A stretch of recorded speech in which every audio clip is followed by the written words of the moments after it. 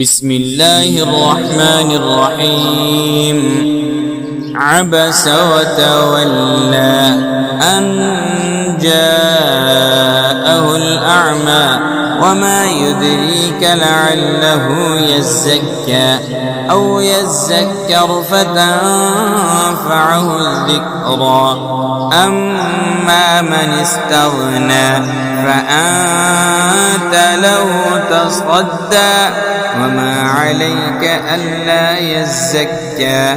وأما من جاءك يسعى وهو يخشى فأنت عنه تلهى. كلا إنها تذكرة فمن شاء ذكره في صحف مكرمة.